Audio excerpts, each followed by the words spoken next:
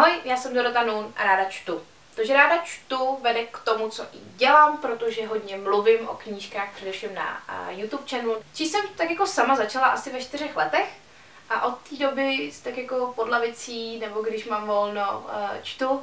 Nejsem nějak žánrově zařazená, nečtu třeba jenom horory nebo jenom detektivky, prostě mám ráda všechno.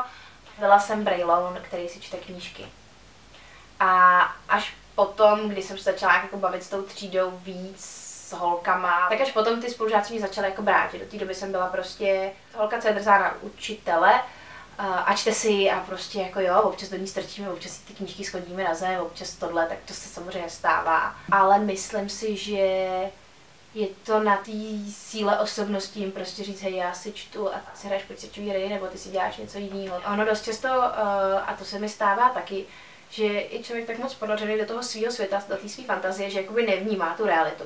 A to samozřejmě ty lidi, co v té realitě jsou, jako docela štve, že nikdo nevnímá, že nikdo nerespektuje, že prostě nikdo na ně moc nereaguje. Možná z toho pak vzniká i ta šikana, že prostě do toho člověka jako strkají a snaží se jakože, hele, prostě my ti tu realitu nějak jako ukážeme, nebudeš si prostě ve svém světě.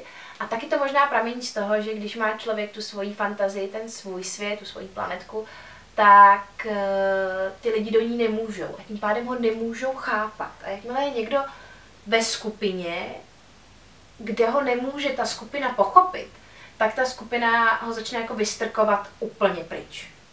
Není dobrý se totálně, a znám pár lidí, co čtou takhle knížky, totálně uzavřít od světa a prostě říct si, že ta společnost prostě mě nebere, já neberu jí a nechci v ní fungovat a uzavřít se prostě do sebe do velmi malého okruhu. To podle mě nejde a tak člověk nemůže fungovat vlastně ve světě.